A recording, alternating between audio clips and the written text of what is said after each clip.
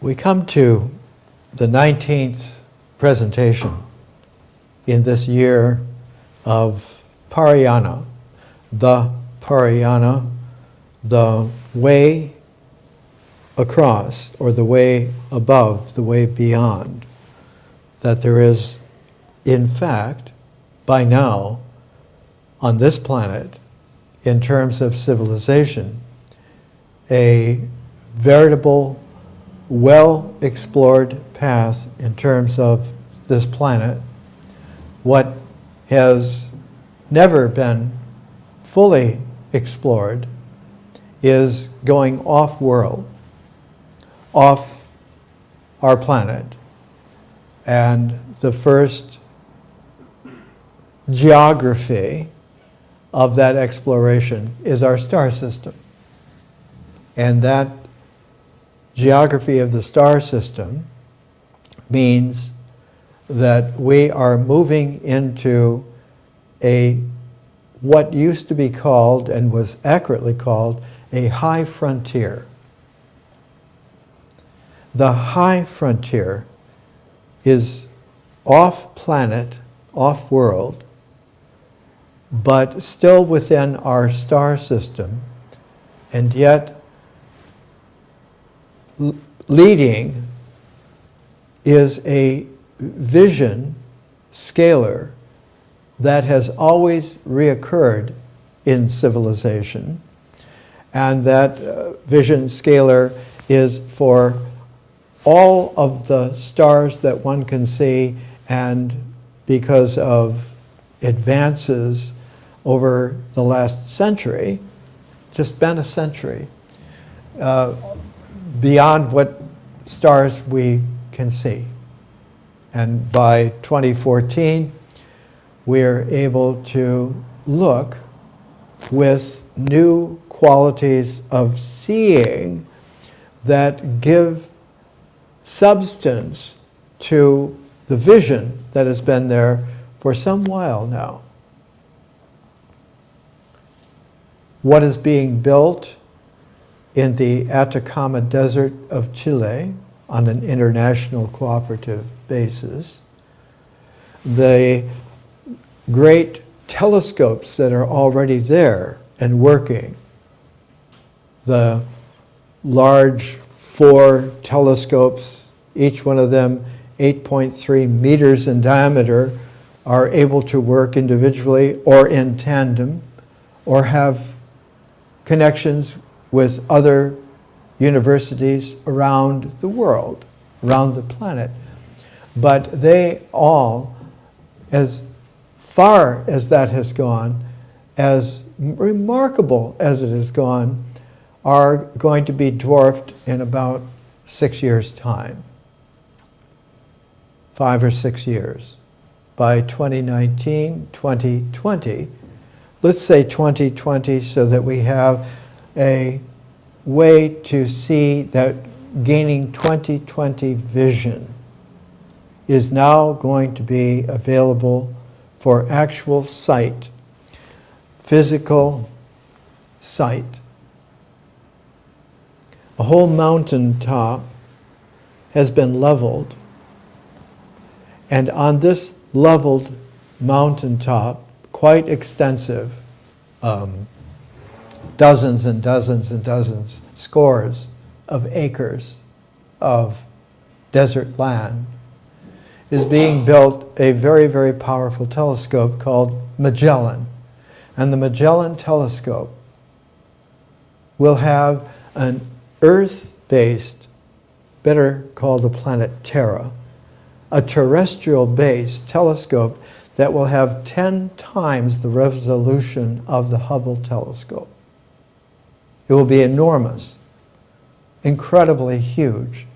And the technology of Magellan is also being applied to the James Webb Space Telescope that will be out about the same time, a little bit earlier perhaps. And the James Webb Telescope will have the resolution of about 100 times what the Hubble resolution is. And its position will not be on the world, in the world. It will not be terrestrial. It will be 1,000,000 miles from Earth. It will be in a Lagrange area where the gravity of our planet and the gravity of our star has reached an equilibrium, and it is like a free fall in orbit where there is no gravity, but instead of a free fall around something, it is a free fall in the whole ecology of motion of the star system. Our star, our sun, and our planet, in fact, it's a double planet, our moon and Luna and Terra are a double planet for all intents and purposes. And the zero gravity points, there are 5 of them, 5 Lagrange points. 2 of them are 60 degrees before the planet, or the planet and its moons, or moons, and 60 degrees behind.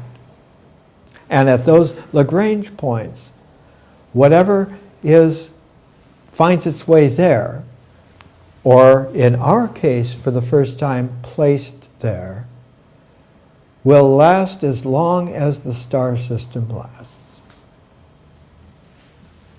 It's been 4.65 billion years since our star system began to form, and our star is good for another 7-8 billion years, so that the James Webb Space Telescope can be there for billions of years.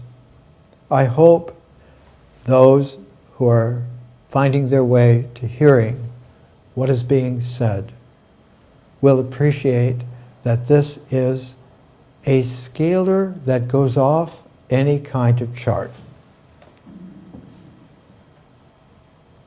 This is the application of a differential conscious vision field, which is infinite, cannot only deal with the achievement of placements of billions of years in terms of a star system, but in terms of interstellar frontiers, which we are just now 2014. In fact, even in 2013, by the autumn, we were already entering in, for the first time, the pioneering exploration of through the stellar threshold into the very high, the most high frontier, interstellar space for us, which is galactic. So that we have a quality of many transforms nested together. One of the classic toys in the past was Russian dolls that were nestled into each other. You would open one and there would be another. In the United States, when I was born in 1940, all the rage for little kids in the early 40s was these Schmo dolls from Little Abner comic strip. And the Schmos were kind of billiard ball, ghost-like little cuddly things, and they would nestle into each other like Russian dolls. And when you would open one, there would be a smaller one inside, and so forth and so forth. It was like a magical realization that birthing in this kind of continuity of going to the very small is something which can be illustrated in the little hands of children. And now we are children again, understanding that we can go to the very small, to the subatomic, to the subproton, to the subquarks, into almost the vanishing of what is called phenomenality, and yet existentiality still occurs. Though it seems to be a vacuum, there is such a thing as we now know mathematically and in terms of physics, that vacuums are fertile. How do they become fertile? It isn't that they become fertile just now or just then or if or when, but the fertility of the zero field of nature is something that occurs as a massive scalar in reality, because subatomic particles can form spontaneously and be absorbed spontaneously, and in fact they can wink in and out of phenomenality in quite a regular way, and it doesn't change them at all. It doesn't destroy their phenomenality or their existentiality or the ability for that fertility to have life, meaning that it can reproduce, and that that life can gain the dimensions of consciousness, means that the old truth is really a high truth. Eternity occurs beyond any limits of existence or phenomenality or belief, etc. It is gobbledygook to say, I don't believe in God. Or that, well, I'm an atheist. It's as insane as the insanity of not recognizing that life has its symmetries. And not only symmetries in terms of even to the depths of the double helix, the DNA, but that there's a third resolving, transforming RNA, not a single helix, but a single spiral. And that single spiral coming into play with a capital P, play. Let's make them all capitals on the marquee of astoundingness, playing now everywhere, every when. In that play, the third was a double transform, just like the DNA can transform and use genes so that one calls the entire set of the transforms of DNA a genome. When one brings the third, the resolving, transforming third, the thrice greatest, into play with the RNA, which comes in many styles. There can be a silencing RNA, et cetera, many kinds. One now has the ability for proteins to be transformed and bring new proteins into life, so that life now is able to be characterized not only as having a genome, but also as having a proteanome.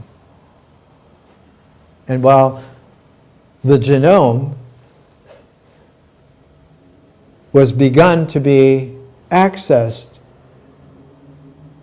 with the discovery of the double helix, Watson and Crick and Rosalind Franklin and Maurice Wilkins and that whole wonderful group at Cambridge, at King's College, at many places in the world. It is a time when the respect for life must include consciousness that goes beyond symmetries into further dimensions. And those further dimensions only are able to be accessed when the symmetries that begin out of the zero field of nature producing phenomenality, which then matures into existentiality and becomes a life which is shareable all the way through the transforms, the great symmetry of forms of life that have sexuality. Their sexuality does not begin socially, it does not begin philosophically, it doesn't begin with us. Cells themselves are gender-based. Sexuality begins on the cellular level.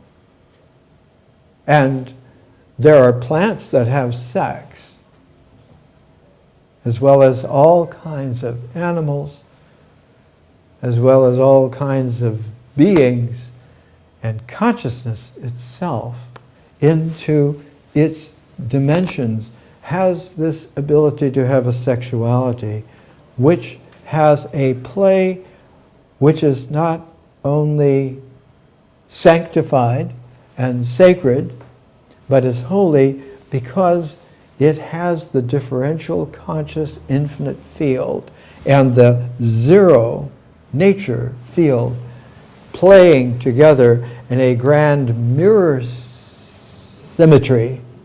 And that mirror symmetry is able to disclose that, yes, these dimensions, when they gain full maturity, is how zero fields are fertile and spontaneously. And so the respect for genders of all kinds, of sexuality in endless array, is the quality not only of good society, of responsible cultural structures, but is the only possible way to access the real. The kidnapping of hundreds of little girls in Nigeria by Boko Haram to sell for $12 apiece as slaves is the epitome of stupidity, of not just an insanity, which it most certainly is on the basis of skewed personas, but it is an unsanity for the very context that allows for a malignancy on that kind of viral level to have occurred in the first place, because it occurs out of a deceptive, unsane milieu. And the milieu that has been unsane for a long time is civilization. Cultures are very old. Cultures go back, fading into even 70 or 80 million years ago with the first primates occurring. Even before that, there are insect cultures, there are animal cultures, going all the way back, plant cultures. But civilization is a crucial transform that has occurred when the RNA of a kaleidoscopic consciousness has come into play with the DNA of a world fecundity, and one for the first time has the ability to do something that we assume always that we have done, and we've only done it for about 6,000 plus years. And that is to read and write in a book. When a written language occurs that is able to be read the writer and the readers are able to both participate tuned to that access to an infinite field of consciousness which enthuses and woos the zero field of nature, so that the thrill of the fertility and the ebullience go off any kind of scalars or charts, not any longer needed to be measured on any account whatsoever. So the Parayana being offered here is being offered here in 2014 because this is a cusp of the double transform, the double chiral coda to civilization, where a comb, a brushing, is able to curry the steed of civilization and bring out the champion qualities so that that breed can have a star system wisdom to be welcomed on the high frontier, the most high frontier. We're looking at, in the phrase that now is the subtitle for the notes that are given, the original 13 sets of notes were called Parayana, entering our high Dharma way. This next 13 are entitled Coursing in the Great Way. And it is taken from the original written expression from about 95 AD, closer to about 100 AD, when in India the Mahayana that had been seeded by a curious interpenetration that had happened, an interpenetration of an ancient Semitic quality and an ancient African quality and an ancient Aryan quality had all come together and had made this kind of triple whammy of the ability to take civilization at its node of greatest fecundity, of greatest quality of consciousness, and at that node, understanding that there had been a node for this before, and one grandfather node, grandmother node before that, and that this was now the third time where a written, literate civilization of men and women in all their variety were able to make a penetration from the accumulated heritage and to enter into a wider access, a kaleidoscopic access to the infinite field of consciousness, differential consciousness, and the zero field of nature, integral nature. And that the one and the many, the exactness of oneness into vanishing, the precision of thusness into unlimitability are free to be. We have this heritage and mean to claim it.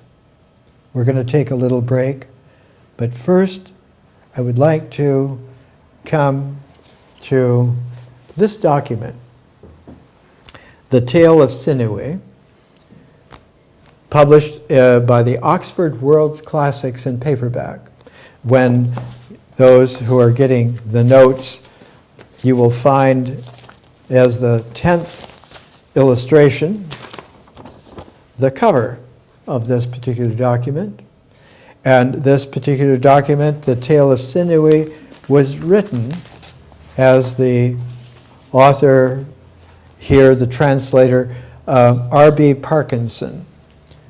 This was published in 1997, and the date of the Tale of Sinewy is 1875 BC.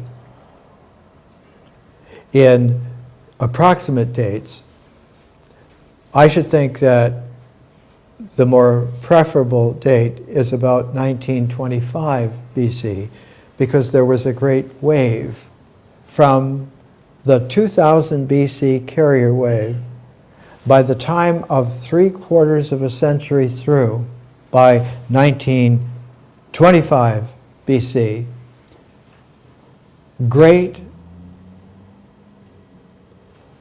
realizations were occurring everywhere that civilization was taking root and growing and taking new roots, sending out shoots, sending out creepers, tubers, and coming into play, so that now, instead of there just being a tree, there was forests. In 1925 BC, a Semitic genius named Abram had a vision that though the family had had to leave the ancestral home in Ur, a city founded as part of the Sumerian civilization way, way back when, had been forced to move because the great transform of Sumeria into a much larger spread of Akkad. And the Akkadian Empire, so-called, took the nexus of Sumerian city-states, even in their federation as Sumerian civilization, numbered exactly 42 cities, each one having its own temple, 42 temples, to various variations of the gods and goddesses. All that had been brought together by the first great writer in civilization, whose name we still know, Enneduanna. And Enneduanna was the daughter of Sargon of Akkad, who founded the Akkad civilization and ran it successfully for 56 years, who had been orphaned in a very odd way, intentionally, not to be orphaned, but to be found. He was put into a bitumen-sealed little nest, a basket, woven reeds, and set adrift on the Euphrates River. And this little baby in the basket on the river drifting was found by the keeper, a very important man, of the date groves of royalty in the Sumerian style of kingdoms. The species of date palms are all bear the name phoenix, rebirth. Cultivated date palms can make clusters of dates that are edible. Wild palms can only make a few dates, and they're not really that tasty. They're not really that plump. But cultivated date palms in a grove can make enough dates to feed 20 or 30 times the population in terms of a nutrition source that when added to grains, when added to meat, when added to fish, now begin to have enough of the nutritional qualities to have a very large population, larger than would have been capable in the landscape. As Sargon expanded, that little section of the Euphrates and the Tigris River. The land between the two rivers is called Mesopotamia. He expanded it so that it reached from the island of Cyprus in the Mediterranean Sea to the Indus River civilization in India. It's about 100 times or more that size. And Enheduanna knit together all 42 temples, a hymn for each temple, under the aegis of the great patron visionary goddess that Sargon always respected, of Inanna. And Enheduanna wrote all of the myths into a mythic cycle, into a mythology of Inanna, and put the 42 temple hymns together as the generating RNA that would then fructify and fertilize the DNA of this new scale of civilization. All of this quality comes into play because Abraham, his family under his father Terah, had to leave Ur because the Akkadian family lineage came to a close with the 5th generation, and a new group came into play, and so the ancient North Semitic qualities of language and cooperative sensibility for all were overcome by a kind of foreign to them, a foreign selfishness to have power empire. And so one had a new kind of a tone in Ur, and so Terah moved his family, his flocks, his relatives, his workers, all the way to what is now beyond the northern part of Iraq into southern Turkey, Anatolia, to Haran. And there in Haran, his oldest son, Abram, who became Abraham, had a vision when he was 75 years old, about 1925 BC, about the time that the tale of Sinewe was being written in Egypt, about the same time that Zarathustra was composing his gathas in ancient Avestan, bringing the noble civilization of the great caravans, the Arya of that counseling group that linked the man of light with the men of action through noble friends. And the word in Avestan for that was the Aryan. The Aryan were not Aryans as some kind of raciality, but they were noble as friends, as a community of counsel. And so the Arya of Central Asia, with their great caravan civilization, and the great North Semitic civilization of the Akkadian Empire, met together and worked together and played together about 1925 BC, with the gathas of Zarathustra being written in what is today Kabul, an outlier at the time of that great civilization of Central Asia, going all the way into China, reaching all the way to the steppes of what is today Russia.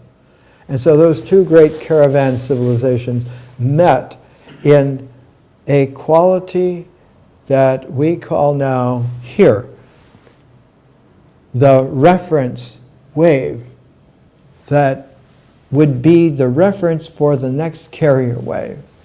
So that from India to the Mediterranean, from Central Asia all the way across, and from Egypt all the way down into Africa, deep into Africa, all at the same time, about 1925 BC, one finds vision as an access to a new carrier wave that had been prepared for quite some time. And when we come back from the break, we'll be able to appreciate how incredibly refined all of this seems to be when one has the ability to look at the new past, not just a dead past, and at the same time have the reverberations in a great mirror symmetry of the future opening up finally, not just to fresh air, but to fresh being, which we are helping unshackle as we speak. Let's take a break.